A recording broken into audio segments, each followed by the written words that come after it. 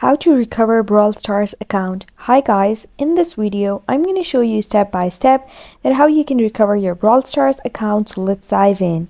First, you have to open your Brawl Stars app and click these three horizontal lines on the top right corner.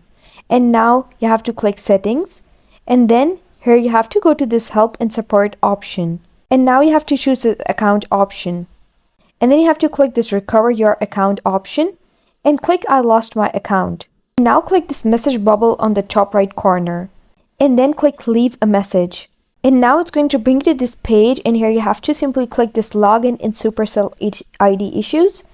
And now you have to click recover my account.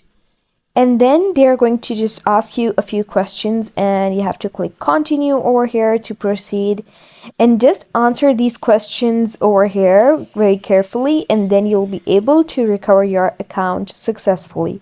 And that's a process that you can follow to do so. I hope you found the process easy and liked my video, and if you did, please don't forget to like and subscribe my channel.